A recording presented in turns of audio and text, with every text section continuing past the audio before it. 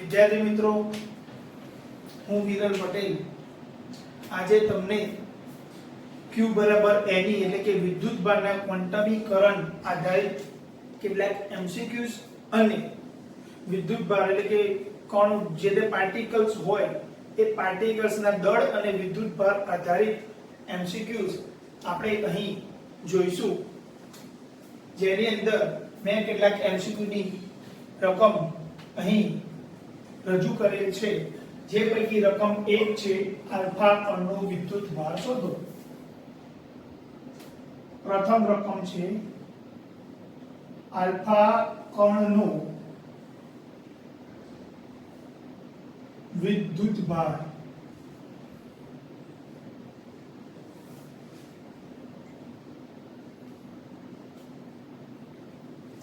તો તમે જાણો છો કે આલ્ફા કણ એટલે કે 2He4 ન્યુક્લિયસ, હિલિયમ ન્યુક્લિયસ। તો આલ્ફા કણ એટલે કે હિલિયમ ન્યુક્લિયસ। તો હિલિયમ ન્યુક્લિયસ, તો આલ્ફા કણ એટલે કે 2He4 એટલે કે હિલિયમ ન્યુક્લિયસ।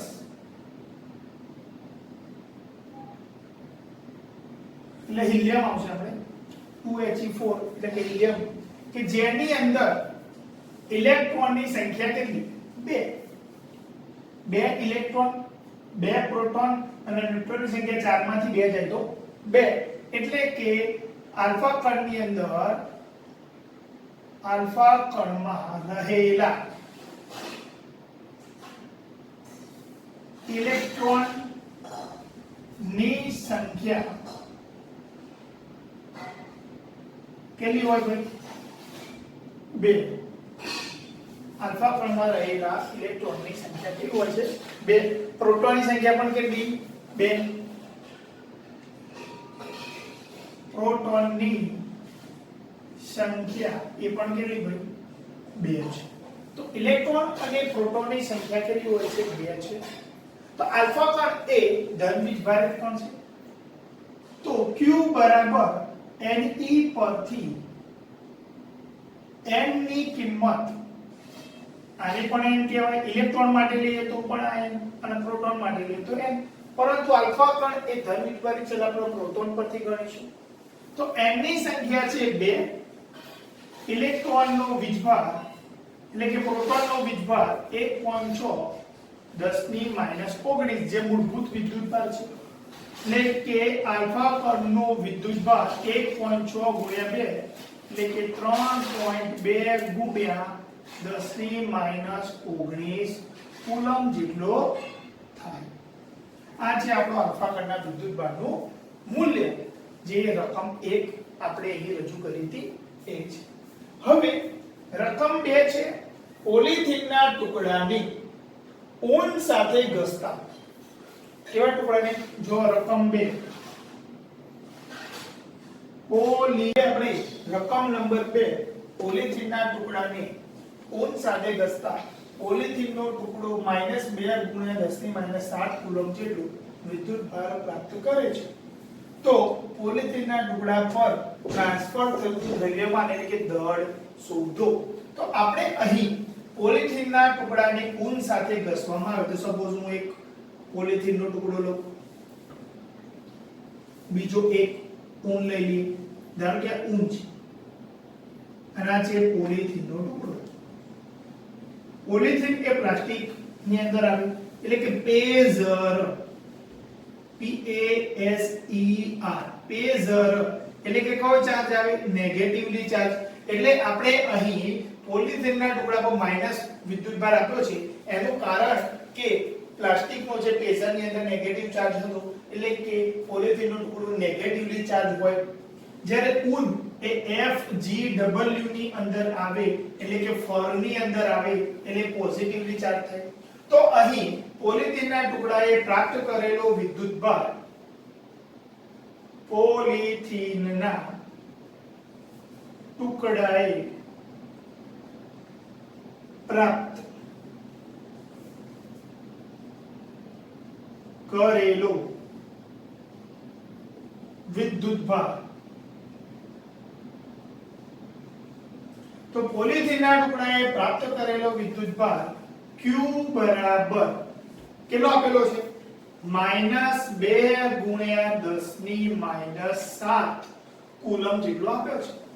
હવે આપણે Q બરાબર Ne પરથી એટલે કે વિદ્યુતભારના ક્વોન્ટાઇઝેશન એટલે કે વિદ્યુતભારના ક્વોન્ટમીકરણ પરથી Q ની કિંમત Ne મૂકીએ તો Ne બરાબર 2 ગુણ્યા 10 ની -7 કુલમ।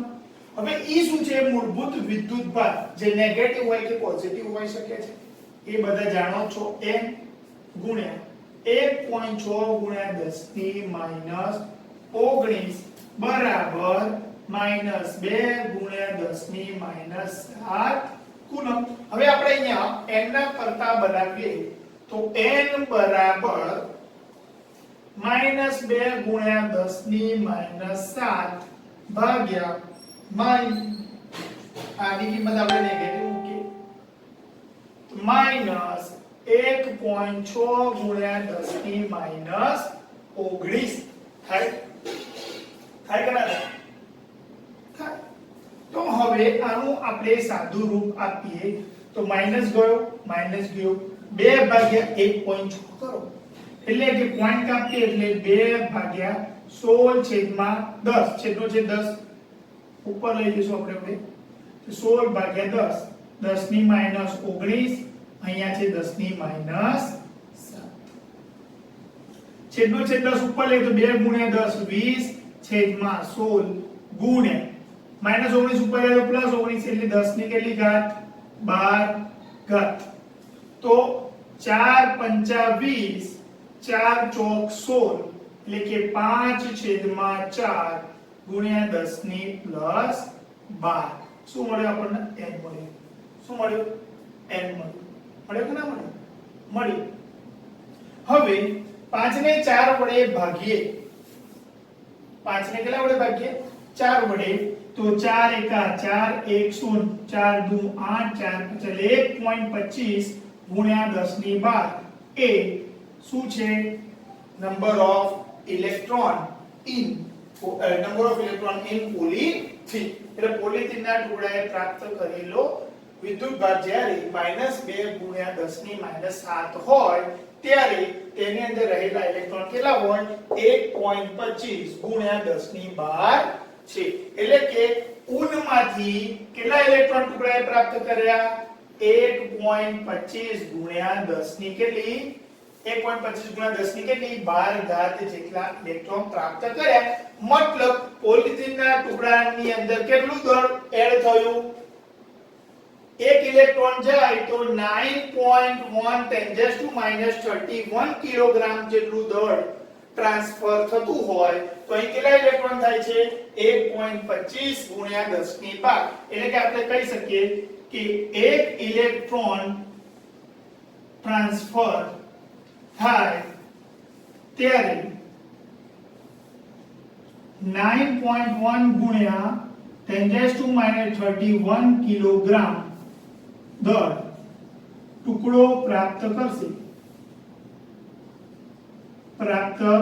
કરે તો અહીં કેટલું છે ઇલેક્ટ્રોન 1.25 ગુણ્યા 10 ની 12 ઘાત જેટલા ઇલેક્ટ્રોન ટ્રાન્સફર થાય છે તો કેટલું દળ પ્રાપ્ત કરશે તો પ્રાપ્ત કરેલું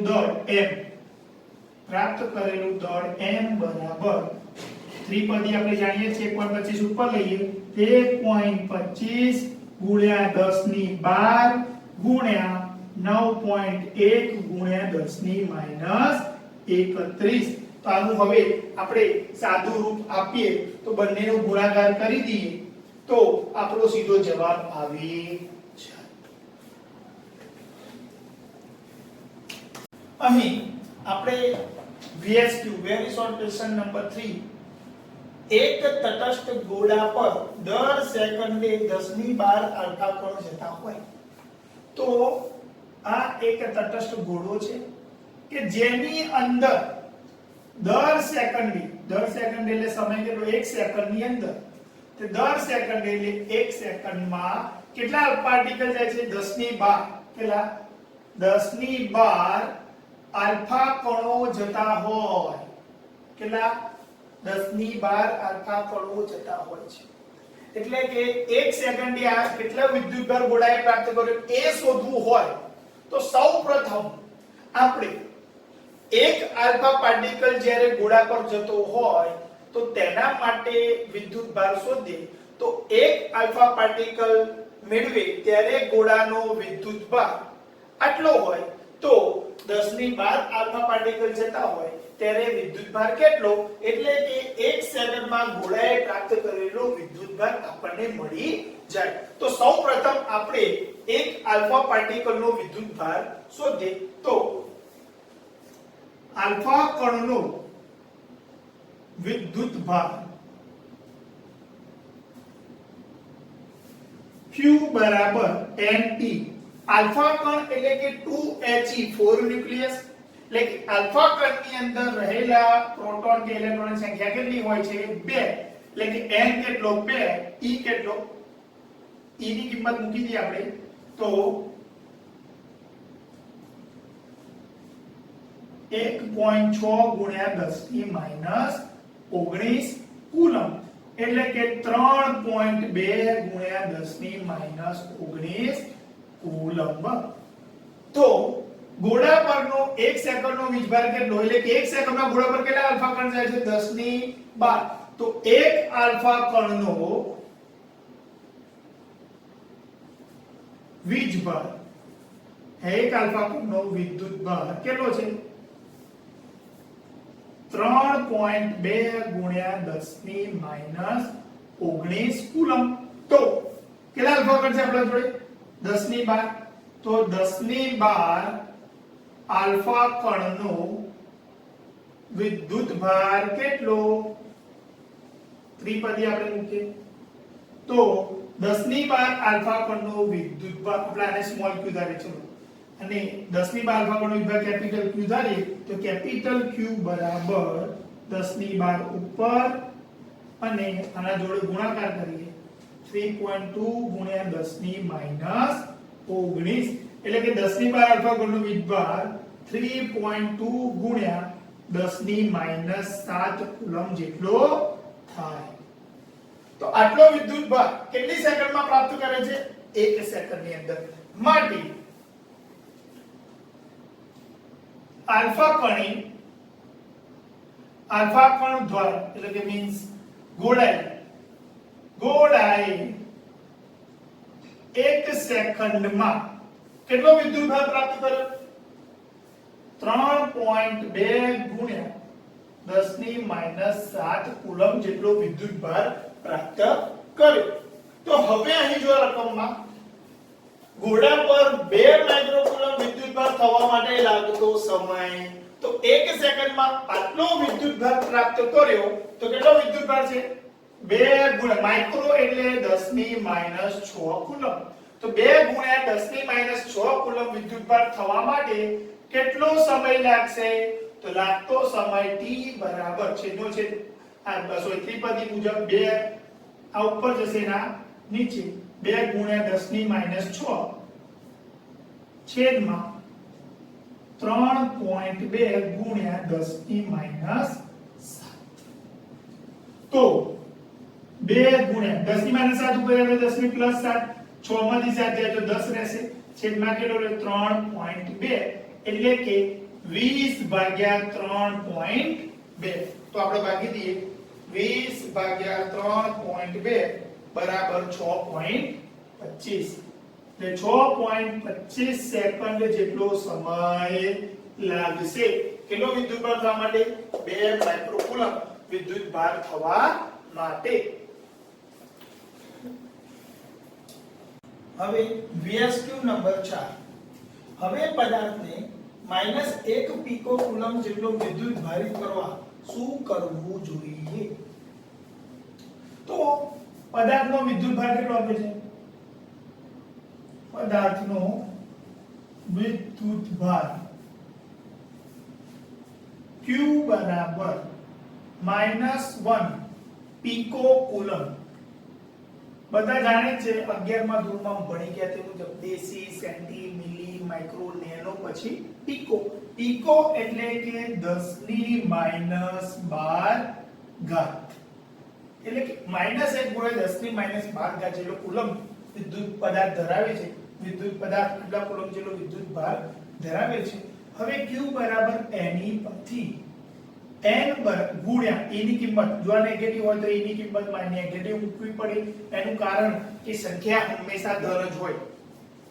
1.6 ગુણ્યા 10 ની -19 બરાબર -1 ગુણ્યા 10 ની -12 કુલમ્બ. હવે આપણે n શોધીએ તો n બરાબર -1 છેદમાં -1.6 ગુણ્યા અહીંયા 10 ની -12 છે, છેદમાં શું છે 10 ની -19.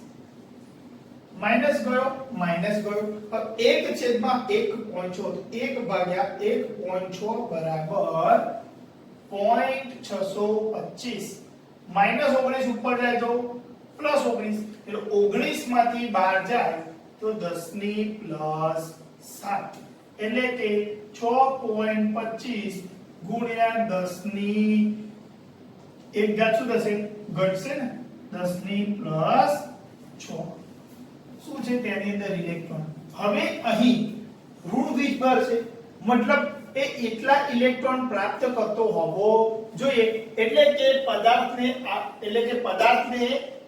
6.25 ગુણ્યા 10 ની 6 જેટલા ઇલેક્ટ્રોન પદાર્થ પ્રાપ્ત કરતો હોવો જોઈએ. એટલે પદાર્થ દ્વારા આટલા ઇલેક્ટ્રોન પ્રાપ્ત થતા હોય તો તે આટલો વિદ્યુતભાર થઈ શકે. હવે આપણે બીજો પાંચમો એમસીક્યુ, 75 કિલોગ્રામ દ્રવ્યમાન ધરાવતા ઇલેક્ટ્રોનનો વિદ્યુતભાર. બહુ સરળ છે.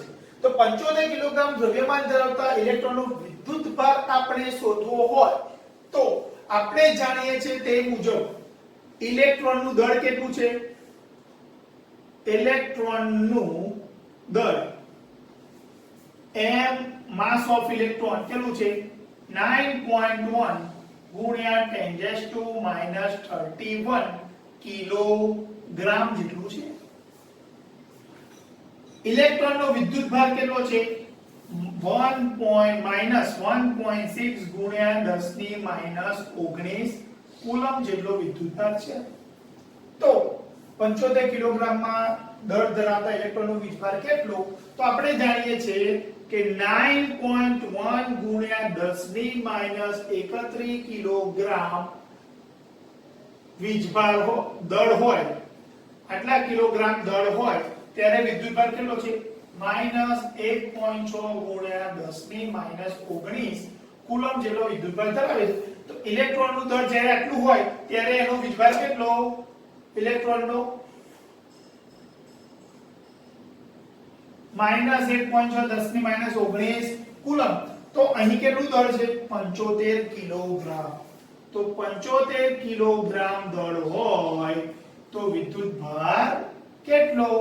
તો હવે અહીં સાદું રૂપ આપીએ તો વિદ્યુતભાર Q બરાબર 75 ઉપર 9.1 ગુણ્યા 10 ની -31 છેદમાં જશે, ગુણાકારમાં -1.6 ગુણ્યા 10 ની -19 ઘાત.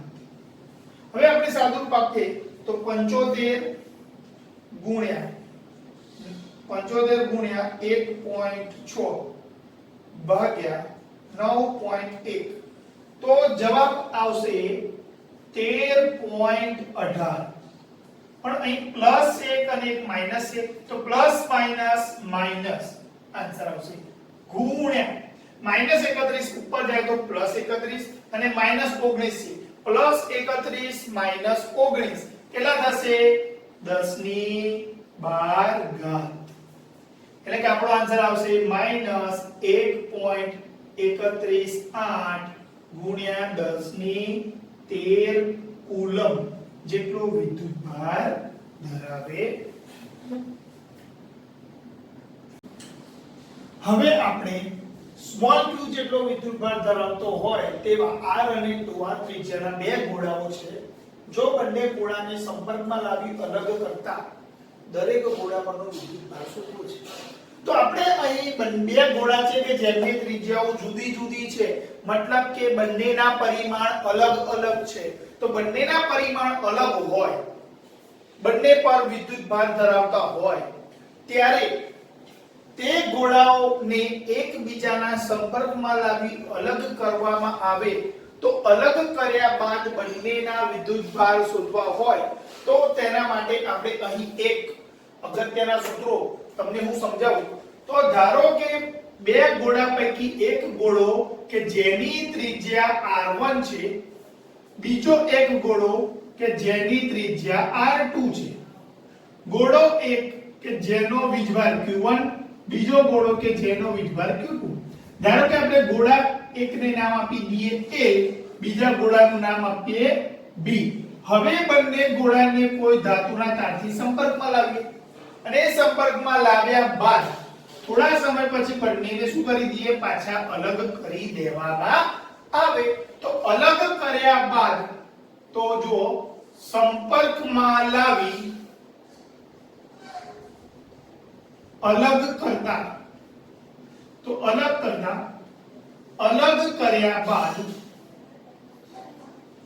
બાદ નો વિદ્યુતભાર શોધવો છે. તો અલગ કર્યા બાદ બંને ગોળાનો વિદ્યુતભાર શોધવો હોય તો ધારો કે અલગ કર્યા બાદ ગોળા A નો વિદ્યુતભાર QA, ગોળા B નો વિદ્યુતભાર ધારો કે QB ધારીએ તો QA બરાબર શું થાય, બંને ગોળા પરનો કુલ વિદ્યુતભાર. ધારો કે આપણે કેપિટલ Q ધારીએ તો કેપિટલ Q શું છે, કેપિટલ Q એ કુલ વિદ્યુતભાર છે. તો કુલ વિદ્યુતભાર જે બંને ગોળાના વિદ્યુતભારોના સરવાળા જેટલો થાય, એટલે કે Q1 Q2, એટલે કે કુલ વિદ્યુતભાર. હવે જો ગોળાનો વિદ્યુતભાર શોધવો હોય તે ગોળાની ત્રિજ્યા ભાગ્યા બંને ગોળાની ત્રિજ્યાઓનો સરવાળો, એટલે કે કેપિટલ Q r1 ભાગ્યા r1 r2.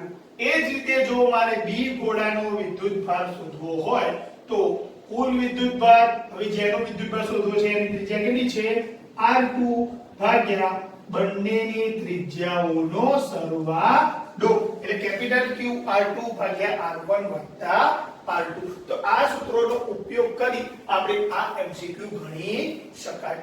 હવે આપણે આ MCQ પર જઈએ તો અહીં બે ગોળા આપ્યા છે, જે પૈકી એક ગોળાની ત્રિજ્યા છે r, બીજો ગોળો છે કે જેની ત્રિજ્યા છે 2r.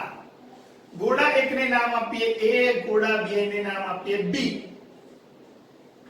ગોળા એક પર વિદ્યુતભાર q છે અને ગોળા b પર પણ વિદ્યુતભાર કેટલો છે, q છે.